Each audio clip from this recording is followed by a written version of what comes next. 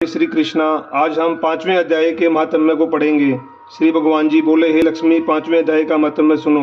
एक ब्राह्मण पिंगल नाम का अपने धर्म से भ्रष्ट हुआ। वह कुसंग में बैठ मांस मच्छी खावे, मदिरा पान करे, जुआ खेले।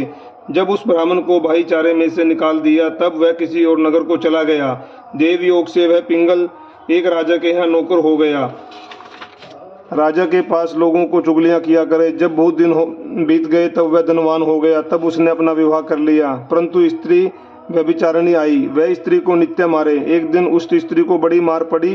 तब उस स्त्री ने दुखी होकर अपने भर्ता को विष दे दिया। वह ब्राह्मण मर गया। उस ब्राह्मण ने गीत का जन्म पाया। कुछ काल पीछे वह स्त्री भी मर गई। उसने तोता का जन्म पाया। तब वह एक तोते की स्त्री हुई। एक दिन उस तोती ने तोते से पूछा, हे तोते, तूने तोते का जन्म क्यों पाया?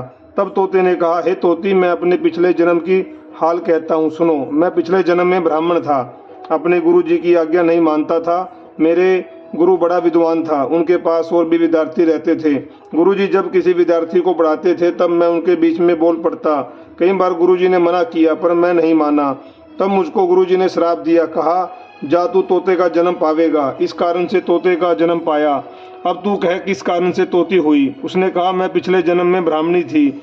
जब ब्याही आई, तब भ्राता की आज्ञा नहीं मानती थी। भ्राता ने मुझे मारा, तो एक दिन मैंने भ्राता को विष दे दिया। वह मर गया। जब मेरी देह छूटी, तब बड़े नरक में मुझे गिराया। कई नरक भुगत कर अब मेरा तोती का जन्म हुआ है। तोते ने सुनकर कहा, तू बुरी है, जिसने अपने भर्ता को विष दिया। तोते ने कहा, नरकों को दुख भी तो मैंने ही सहे हैं। अब तुझे मैं भर्ता जानती हूँ। एक दिन वह तोती वन में बैठी थी। वह गिद्ध आया, तोती को उसने पहचाना और वह गिद्ध तोती को मारने लगा। आगे तोती, पीछे गिद्ध। उड़ते उड़ते तोती एक शमशान भूमि में थक कर गिर पड़ी। वहाँ एक साधु का दाह हुआ था। साधु की खोपड़ी वर्षा जल के साथ भरी हुई पड़ी थी। वह उसमें गिरी। इतने में गिद्ध आया और तोती को मारने लगा। उस खोपड़ी के जल के साथ उनकी देह भीग गई और आपस में लड़ते लड़ते मर गए और अथम देह से छूटकर देवदेही पाई।